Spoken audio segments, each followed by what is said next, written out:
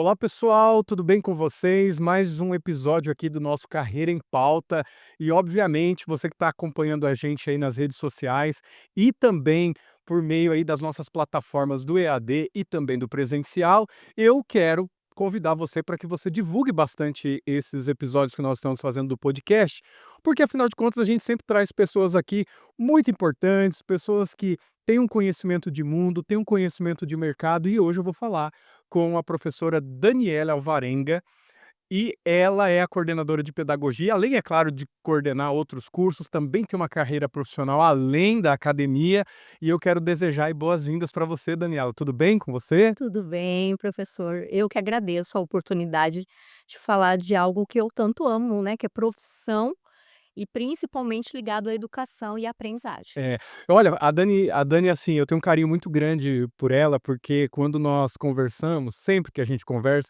a gente fala sobre educação, né? E eu tenho uma admiração grande por ela, porque às vezes eu estou apavorado em alguma coisa na parte pedagógica, eu também sou formado em pedagogia, e daí eu ligo para ela, falo: "Dani, o que que você acha disso? Dani, isso é certo? Isso é correto?". E por que que a gente busca esses profissionais, né? A professora Daniela, para a gente começar, ela obviamente, né, ela é pedagoga, é neuropsicopedagoga também clínica e mestre em educação. Além disso, ela tem uma vasta experiência em práticas educacionais. A formação de professores também, ela trabalha bastante com a formação de professores, desenvolvimento de estratégias também para a aprendizagem, mas não só para a aprendizagem normal, digamos assim, que a gente faz, para também para a aprendizagem inclusiva e também inovadora. Quando a gente fala de inovação, Dani, às vezes as pessoas têm um pouco de medo de achar que a educação ela pode ser inovadora, e ela é inovadora. Mas antes da gente entrar nesse assunto, quero perguntar assim, o que que levou a Dani a escolher essa formação, essa parte voltada para a educação, pra pedagogia, pra formação, enfim, quem é a Dani?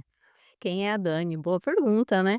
A Dani é filha de pedagoga, Aí. né? Então eu falo que a minha formação se iniciou lá quando eu era bem pequena, né? Então eu sempre via minha mãe na escola e minha mãe era muito dedicada. Né, muito dedicada, muito comprometida. Então, a responsabilidade social enquanto professor eu tenho de casa. Aham. Então, em muitos momentos eu lembro de eu pegando os cadernos dos alunos, ajudando minha mãe a encapar, então ela era Que aquela legal. pedagoga Que é raiz. da época que tinha que levar os caderninhos de matéria separadinho, Parado, encapado, então minha mãe encapadinho. encapava de todos os alunos.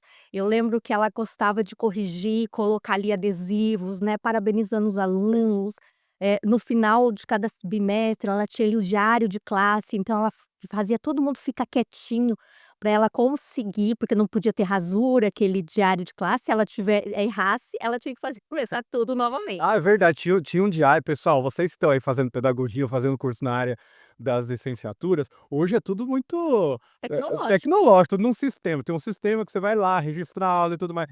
Mas antigamente, eu lembro pelo menos das minhas professoras, assim, de ensino de base, com uma reguinha assim, ó, fazendo certinho, porque se ela errar, Criança, falta, né, e levava bronca, né, se tivesse aquele corretivo. sim, não, não podia, Podia ter não corretivo. podia. Então eu venho dessa formação de vida, uma vida uma formação humana mesmo, e eu tinha muita admiração pela minha mãe. E quantas conversas eu tive com amigas dela em casa, na sala, na nossa sala de jantar, conversando sobre os alunos, conversando como que ela poderia ajudar, qual estratégia ela iria ter com aquele aluno que tinha muita dificuldade. Então aquilo era apaixonante por mim, se importar com o outro. Uhum. Então ela era uma professora muito dedicada, hoje aposentada já há alguns anos, mas eu acredito que foi ali, na minha infância, que eu comecei a despertar esse carinho pela educação, pelo aprender e pelo outro. É, porque eu acho que muita coisa do que a gente faz vem muito dessa inspiração do outro, né, principalmente quando a gente é criança, é adolescente, e eu acho que os pedagogos, do modo geral, eles servem muito como essa inspiração para os nossos alunos, né, dentro da sala de aula. Sim. Porque, talvez seja o primeiro momento de referência, assim, né, a tia tal, a tia tal, a gente tem muito dessa referência. E daí você Uma inspiração, um exemplo, né. é. Minha mãe nunca foi minha professora, ela nunca quis, Aham. né, mas eu tive excelentes professoras, Le né, excelentes professoras e muito responsáveis, elas tinham a carreira docente, com muita responsabilidade social. Os meus alunos aqui do UniCV, da pedagogia, uma das disciplinas que eu ministro é ética, né, e Olha só. docente, e eu falo sempre para eles: "Olha, nós precisamos ter a responsabilidade social". Tudo, precisa ser integrado, né, a conexão professor e aluno, a aproximação teoria e prática, a afinidade, mas a nossa responsabilidade enquanto docente de buscar conhecimento científico embasado, porque nós pedagogos estamos trabalhando na formação, a primeira formação do indivíduo, né, e essa formação não é de conteúdo científico e é de formação cidadã. Então a nossa responsabilidade enquanto profissional, mesmo que muitos não levem tão talvez a sério, principalmente a sociedade, a gente fala muito aí que nós não somos valorizados, mas talvez é a nossa categoria mesmo que não se valoriza, porque eu desde muito pequena, com o exemplo de casa, tinha uma mãe que se orgulhava muito de ser docente. Né, se orgulhava muito de ter essa responsabilidade social. E eu levo para mim essa responsabilidade. Eu amo educação, E aprendizagem e amo ver o outro aprendendo. é uma profissão muito bonita, né. Eu também me incomodo um pouco quando eu vejo propagandas e tudo bem, né, Dani, porque eu vou te chamar de Dani às vezes, tá. Claro, Flo. Porque o mercado também pede muita coisa, e aí aqui a gente tá num papo sincero, você que tá nos assistindo aí sabe que é entre os 2 profissionais aqui, mas às vezes ainda tem um humano aqui, né.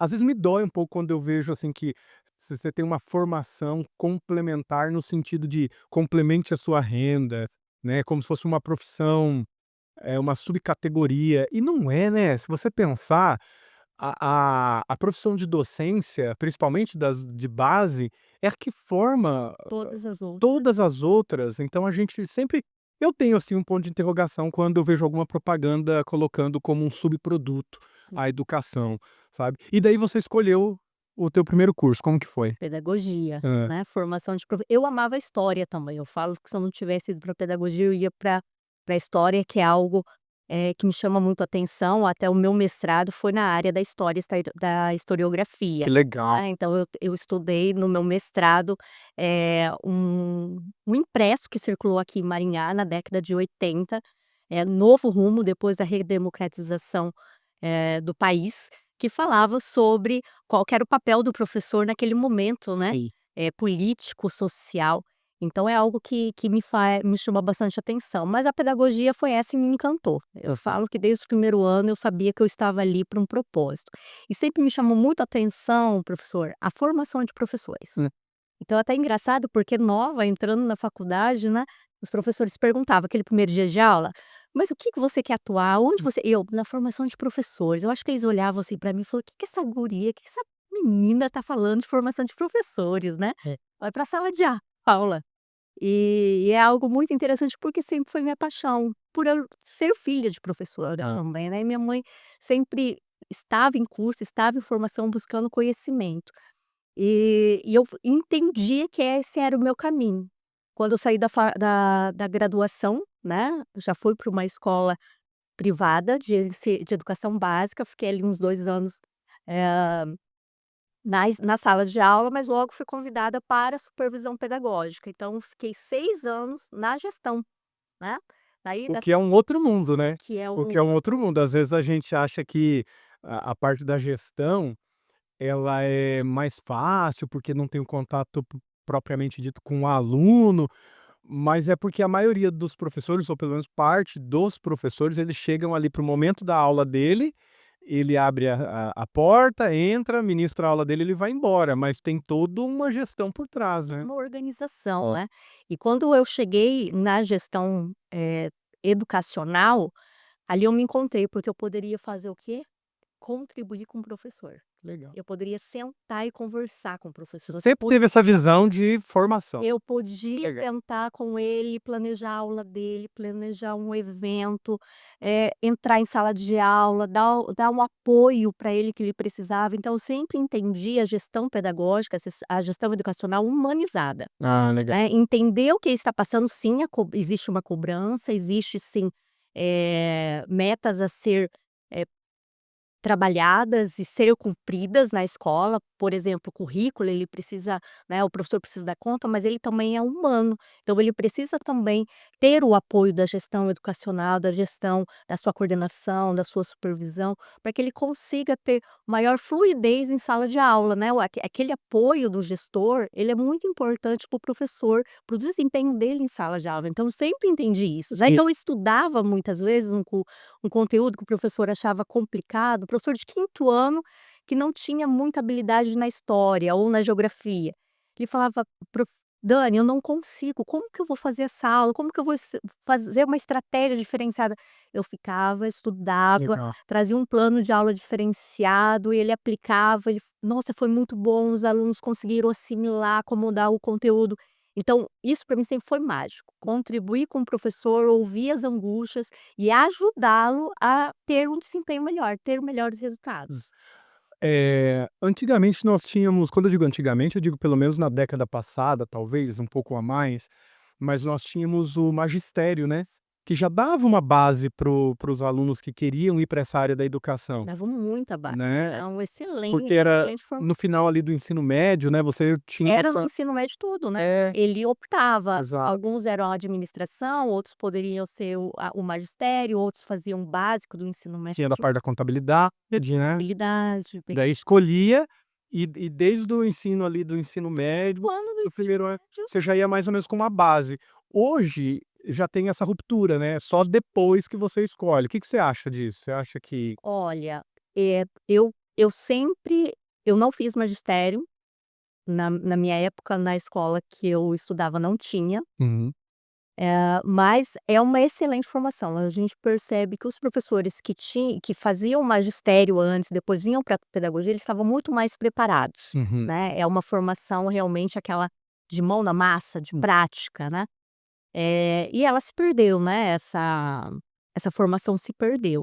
E o que que a gente tem buscado na pedagogia hoje, com as DCNs, com, a estrutura hoje, né, que o MEC impõe para nós enquanto, instituição de ensino superior, é aproximar essa pedagogia, que é uma pedagogia sim de teoria, né, de conhecimento científico pautado em fundamentos, mas que aproxima muito a prática. Então, toda a nossa formação, nosso curso hoje de pedagogia aqui no UniCV, a gente sempre busca conciliar essa teoria prática, né, trabalhando essa praxis educativa, para que o aluno, quando ele vá chegar na escola, ele não ele consiga observar, no momento que ele vai elaborar a sua prática pedagógica, que ele tem um fundamento ali da teoria e que ele vivenciou aquilo. Então, a maioria dos nossos professores estão na escola, né, são professores de educação infantil, Sim. né, a nossa professo os nossos professores lá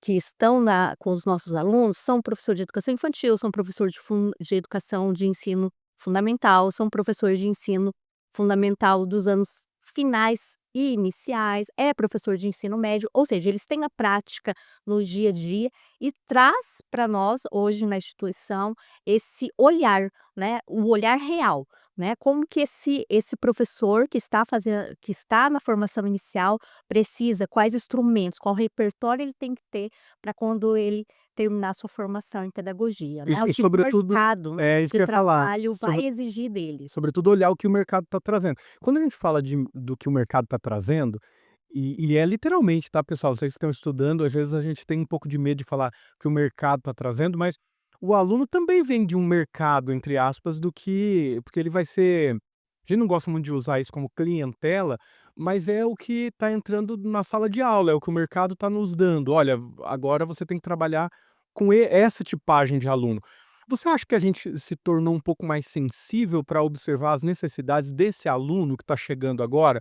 Porque antigamente, daí eu vou falar assim, experiência própria, né.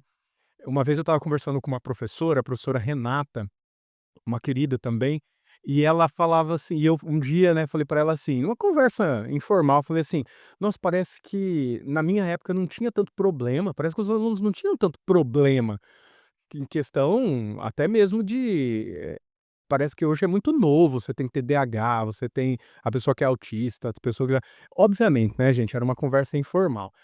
E daí ela falou assim: "Não, Alex, na realidade é que hoje é que a gente aprende a olhar com mais atenção isso que o mercado está trazendo, que os alunos estão trazendo.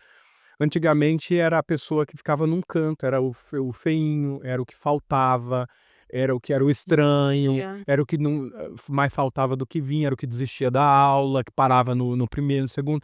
Você acha que a gente está um pouco mais sensível para isso hoje na Eu educação? acredito que sim, e eu acredito numa tendência. O que seria essa tendência? Antes nós éramos muito focados, em como ensinar, né. O foco do professor era: "Como que eu ensino? Como eu ensino as operações matemáticas? Como que eu ensino medidas e noções de medidas? Como que eu ensino substantivo? Como eu ensino adjetivo?". E hoje a nossa ideia, hoje os estudos estão buscando, fazer com que o professor tenha uma visão de como o nosso aluno aprende. Uhum. Antes era só como você vai ensinar. Antigamente eu Hoje acho que a nós gente focava assim: "É esse jeito que é para é aprender. técnica. O A tem que ser feito desse jeito, colocar E aqui, vai aqui, vai". então a gente não olhava muito para esse aluno, Aham. não olhava muito para esse cérebro, que daí é a minha formação em Hum. neuropsicopedagogia, né. Eu Essa é a técnica, essa é a estratégia. Então a gente deixava de olhar o ser humano como alguém único, né. Cada um aprende de uma forma, tem os marcos do desenvolvimento, mas cada um aprende Sim. de uma forma. Então hoje a gente é uma tendência, e eu acredito que essa tendência veio para ficar. Nós temos sim que fazer uma formação inicial com base técnicas e estratégias, mas também como esse aluno vai aprender? Quais são o funcionamento desse aluno para que ele possa aprender de uma maneira, mais assertiva, né? O que é um transtorno de desenvolvimento? Qual que é a diferença de um transtorno de desenvolvimento e uma dificuldade de aprendizagem? Como o professor numa sala de 30 alunos, que tem lá que pode apresentar 2 alunos com TDAH ou com um transtorno do espectro autista, o professor, qual o manejo que ele pode ter em sala de aula para minimizar, talvez, o impacto que talvez essa criança pode ter por ela ser mais sensível, por ela ser mais, eh, ter mais sensibilidade mesmo a ruído, ter mais sensibilidade à luz, né. Então, esse professor ele precisa entender. E antes a gente não tinha estudos, eu falo que não era nem o interesse do professor, é porque realmente não tinha tantos estudos focados na forma que o nosso aluno poderia aprender, de Tá. quais as estratégias. E um desses estudos é a tua formação, que eu acho bem interessante. O pessoal que está nos assistindo, acho que é interessante você explicar o que é neuropsicopedagogia clínica. É uma palavra um pouco difícil, É. mas explica aí, o que estuda então isso? Então, fui para pedagogia, sempre gostei de ensinar, de ver o outro aprender. Eu acho que talvez até mais de olhar, observar e falar assim: "Nossa, ele aprendeu, que bacana", Legal. né. Tanto os alunos lá de base, quanto poder ajudar os meus professores. Aí eu fui em 2016, fiz a psicopedagogia, né. Fiz a psicopedagogia que me deu uma base, muito interessante em relação que ela trabalha na interface da psicologia e da educação, né, da pedagogia. E há 2, 3 anos atrás eu senti a necessidade de entender um pouquinho mais como esse cérebro aprende, Aham. que daí é o foco na neuropsicopedagogia. Então a É isso que vem psicopedagogia de neuro, né? isso, a psicopedagogia ela vai trabalhar em estratégias para como intervir para esse aluno que apresenta dificuldades e também um transtorno, e a neuropsicopedagogia ela vai entender como esse cérebro aprende. Uhum. Qual que é o funcionamento desse cérebro, né? Quais são as funções cerebrais que são, importantes para o aprendizado, Hum. né? Então, por exemplo, a atenção, o nosso circuito atencional, né? Se nós precisamos da atenção para o aprendizado. Uhum. Se a gente tiver uma falha no nosso circuito atencional, a gente vai ter um prejuízo no processo de ensino e E aprendizagem. uma pessoa pode ter uma atenção diferente da outra, né? Vou dar um exemplo. Não sei se é disso que você está falando efetivamente, mas, por exemplo, eu tenho picos de atenção. Se você está me explicando alguma coisa aqui, eu tô te ouvindo. daqui a pouco eu mesmo tenho que me policiar, falar assim: "Opa, a Dani tá falando comigo, deixa eu voltar aqui". Sim. Já a gente chama essa atenção atenção sustentada, É. né, a gente tem a atenção seletiva, que é no momento de uma tarefa ou de algo que você está Sim. comigo é seletiva.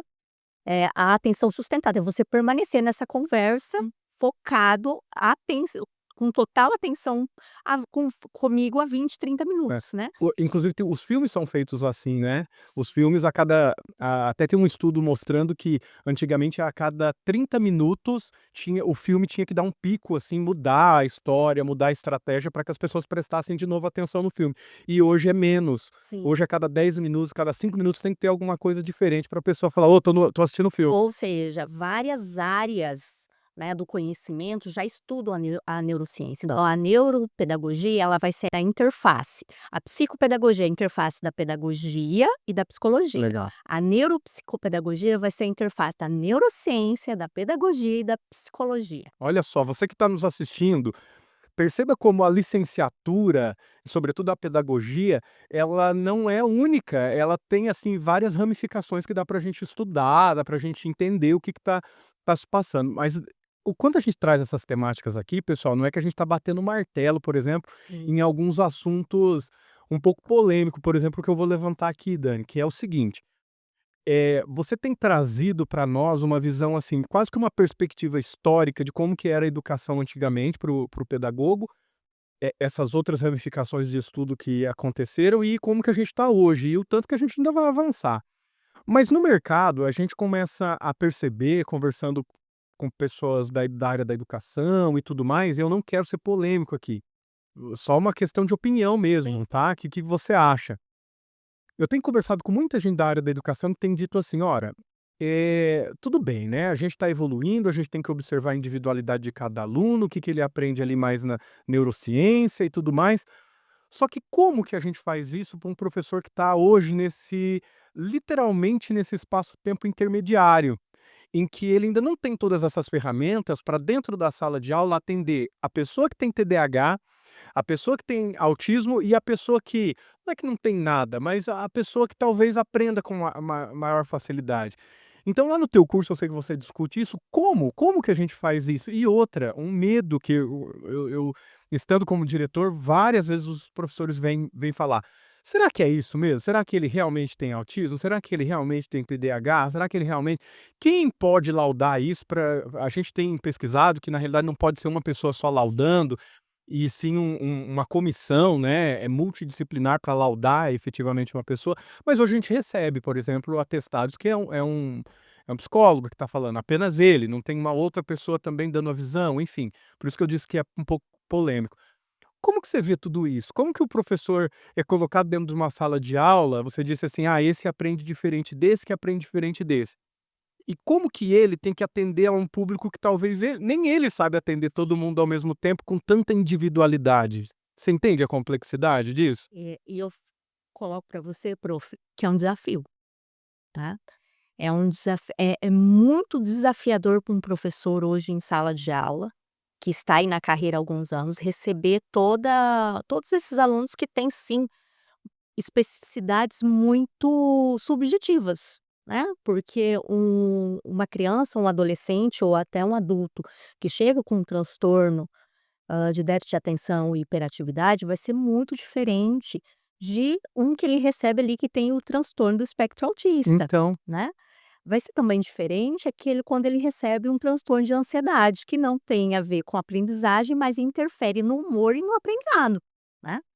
Então, o que eu entendo hoje pelos estudos, porque a gente tem estudado, que a gente tem observado nossa prática, de carreira, é o conhecimento. O professor precisa estudar. ler mais, O pesquisar professor sobre a precisa temática. ler, o professor precisa se especializar, que é uma carência que nós temos hoje, né. Muitas vezes o professor ele trabalha manhã, tarde, noite para conseguir, muitas vezes, ter uma renda, que consiga ali atender, né, as suas necessidades básicas, né. E muitas vezes ele vai deixando a sua qualificação para depois, né, ele vai deixando o dia a dia vai fazendo com que ele deixe. Mas eu vou, sinalizar o seguinte: não pode. tem que ter um jeito de ler um artigo, buscar conhecimento, uma especialização, uma troca, um grupo de estudos, né, buscar Compartilhar pesquisar, informação. partilhar informação. Hoje a gente fala, né, nós temos aí as tecnologias. Tem muitas ferramentas que muitas vezes você não vai aprender com um vídeo de 5 minutos, Uhum. mas a gente tem bons profissionais hoje nas redes sociais, no YouTube, por exemplo, que está fazendo um trabalho sério. Sim. Então o professor talvez não consiga ir lá fazer uma especialização, mas ele consiga acompanhar um pesquisador, né, que é uma das competências do professor, da professora Alex. Seja professor de educação infantil, seja professor de ensino da educação básica, anos iniciais do fundamental, finais e ensino médio.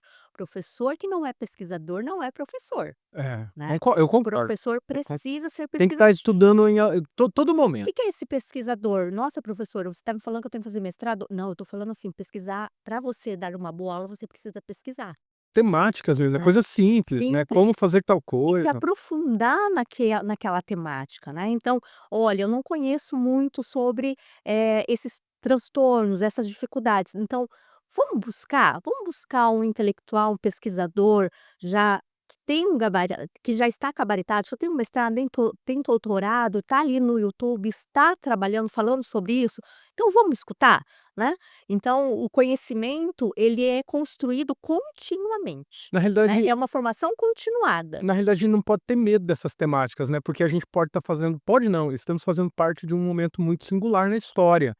A gente daqui uns, sei lá, 10, 15 anos, a gente pode falar: "Lembra quando era assim na sala de aula, a gente teve que aprender até a gente chegar hoje?". E talvez quem está nos ouvindo aí, vai ser um grande renome no mercado, porque nessa época estudou sobre, como ensinar diferente na sala de aula, nessa sala de aula que não é mais tão singular. Então assim, além desse desafio que eu falei para você, né, de saber como ensinar para diferentes públicos, quais outros desafios que você vê estando ali na coordenação de pedagogia? Quais outros desafios dessa função de professor, de gestor?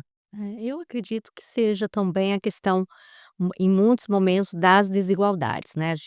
Até o ano passado eu estava na coordenação do EAD, então muitos professores nos falavam, né, até na formação, no momento dos estágios, que eles têm estágio durante os 4 anos, a dificuldade muitas vezes de ser aceitos, né, no estágio. E quando chega à escola, muitas vezes a escola não tem condições de atender, né, de realmente absorver esse aluno até realmente para estágio, porque ele não tem, por exemplo, ferramentas, tecnologia mesmo, né, para poder, utilizar e disponibilizar.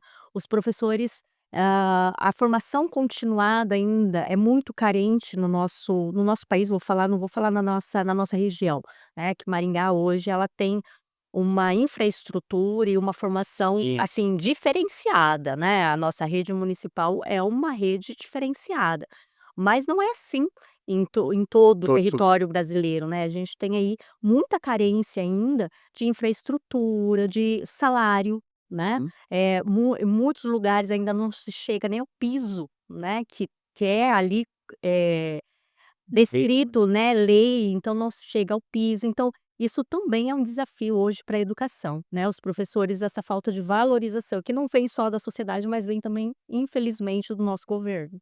na realidade, tem um pouco de dificuldade até de acompanhar outros setores, né. Quando você fala dessas dificuldades, eu lembro que em formação de professor a gente sempre traz a questão tecnológica também, né.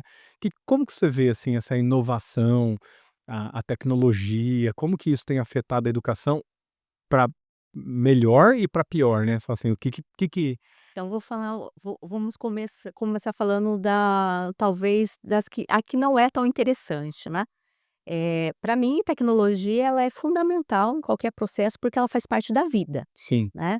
Hoje a gente tem um avanço tecnológico extremamente significativo no mundo todo, então todos os ramos, todas as áreas, todas as esferas da sociedade, ela vai se utilizar da tecnologia para ter melhor desempenho e resultados, que isso é extremamente relevante.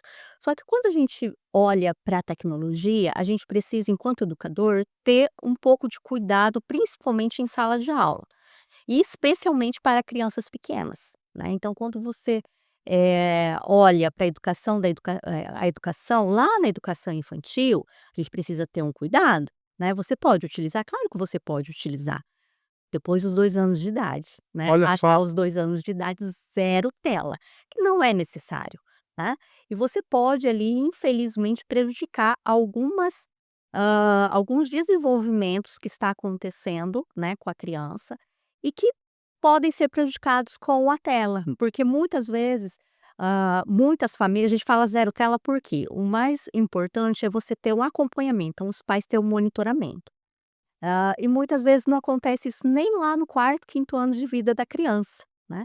Que daí quando a gente chega no quarto quin no infantil 3, infantil 4, infantil 5, você pode utilizar a tela com a sua criança, né. Ali monitorado, 30 minutos, 40 minutos, porque faz parte do mundo dela, ela tá vendo a mãe, ela tá vendo a irmã, ela tá vendo a sim. a priminha, ela tá vendo a professora, já Hoje se você não deixar uma criança, pelo menos de vez em quando ter acesso a isso, ela vai se tornar um extraterrestre no meio dos coleguinhas lá, né. porque eu entendo que a escola, ela faz parte da sociedade, ela não está aquém da sociedade, né, então ela precisa estar integrada. Então a tecnologia, ela está aí para ser utilizada, mas de forma coerente, né, de forma muito bem monitorada, especialmente na educação das crianças pequenas, né. Quando a gente já vai falar, de ensino fundamental, finalzinho ali dos anos iniciais, quarto, quinto ano, ensino fundamental, anos finais, ensino médio, você pode, utilizar de uma maneira muito mais, estruturada. Por exemplo, nós temos inúmeras metodologias ativas que o professor pode se utilizar para esse para o processo de ensino e aprendizado em sala de aula. E como que a neuropsicopedagogia pode contribuir nessa organização tecnológica e utilizando O que ela? que nós entendemos, né, o que que é o funcionamento cerebral? Nós aprendemos com base na maior quantidade de estímulos que temos. Então, o professor falando, nós temos uma via de sentido. A audição, que nós estamos ali, escutando, às vezes ele está passando no quadro, nós estamos enxergando. Eh, Se ele nos coloca, né, nos impõe por exemplo, uma metodologia ativa do brainstorming, né, Uhum. uma tempestade de ideias ali pedindo para que os alunos, contribuíssem com a aula, o que que eles entendem sobre o conhecimento específico ali, né. Ele não começou a aula, ele não começou a ministrar sobre a temática, e ele pede auxílio dos alunos. Ou seja, ele vai estimular um outro sentido, né, que é o pensar. Que é construir junto com esse professor aquele aprendizado. Então eu trabalho de uma forma sinestésica, né, para esse aprendizado. Então o professor, em relação à tecnologia, e daí esse brainstorming não é só o falar, ele pode fazer com uma chuva de ideias, utilizando o data show, utilizando o celular. A gente tem aplicativos que É, muito pode legal. fazer esse É muito legal. brainstorming e eles, Vai aparecendo fomentam na a tela, eu acho muito tela. legal aquilo. Então, isso estimula vários sentidos do aluno que vai favorecer o aprendizado. Quando eu, estabeleço lá no ensino fundamental, anos finais, no ensino médio, uma sala de aula invertida e no ensino superior que nós temos muito, né. Ou seja, eu faço com que meu aluno estude parte do conteúdo antes, muitas vezes até em grupo, e chegue na sala com um conhecimento prévio sobre aquela temática, ele já está preparado para o assunto que vai ser debatido, né. E ele pode encaminhar como fazer essa metodologia, né. Ele pode encaminhar, no WhatsApp o conteúdo prévio, né. Ele pode estabelecer, para um app, né. A gente tem o Classroom pelo Gmail, muitas escolas hoje Comecem a compartilhar, por favor, na nuvem para eles já saber como que lá utilizam, né. no Drive, e já ensina para eles saberem, porque muita gente tem dificuldade até hoje. Então, assim, muitas vezes o nosso aluno, né, a nossa criança, o nosso adolescente, ele tá com o celular, professor, Aham, ele tá com o celular ali, mas ele tá só assim, ó, é. ele não tá o professor, ele não vai ensinar o camarada a chegar na rede social e fazer isso aqui, ele vai ensinar como escolher o melhor aplicativo. Sim. Como utilizar esse melhor aplicativo? Como chegar às informações? Porque o conhecimento em sala de aula, o conhecimento ele está no mundo, Uhum. né? Hoje a gente tem o chat GPT, hoje a gente tem aí tantos lugares, né, que ele pode buscar. O professor não precisa ficar centrado só no conteúdo, ele precisa ensinar esse aluno como buscar esse conhecimento e como aplicar esse conhecimento no seu dia a dia. Como você estabelecer aplicabilidade social. Esse nosso aluno hoje, para o mundo, ele precisa, ter autonomia. E não é para que ele possa ser o melhor ou ser individualista, não, para que ele possa compartilhar, para que ele Legal. possa buscar o conhecimento e aplicar esse conhecimento. Que legal. Isso é formação cidadã. Olha só. Pessoal, vocês estão assistindo aí, vocês perceberam, gente, quanto conhecimento a Dani tem? E eu passaria horas aqui falando com você sobre esses assuntos, assim. E o que que você diz, assim, qual que é a competência fundamental que você acha hoje do professor, inovador, tecnológico e tudo mais? São alguns, né. Aham. Eu acredito que o professor ele precisa primeiramente se valorizar, Uhum. amar sua profissão, ter um senso de responsabilidade social. O aluno é dele, Uhum. né. Esse processo faz parte dele, né. A sala de aula é dele também, É. né. O Você co sabe que isso que você falou, a sala de aula é dele, eu aprendi muito com o professor Barbieri, no sentido de não deixar os outros não chamarem de professor, por exemplo, o Alex está passando no corredor, fala: "Alex", não, é professor Alex, professor professora Dani. Acho que esse valorizar mesmo, né, e, da persona. se apaixonar pela profissão, ter uma boa comunicação. Eu acredito, prof, que o professor que ele sabe se comunicar, que ele tem um relacionamento interpessoal, eh, sabe, adequado com o aluno, isso constrói uma relação. E a afetividade é extremamente importante, né, a relação interpessoal, a afetividade, a comunicação. Mas não é só uma afetividade de sentimento, mas é uma afetividade de respeito, né. O meu aluno, ele merece o meu melhor. Eu tenho respeito por ele. Que legal. Então, por eu ter respeito por ele, eu vou entregar o melhor e eu não vou entregar algo que ele não vai utilizar durante a vida.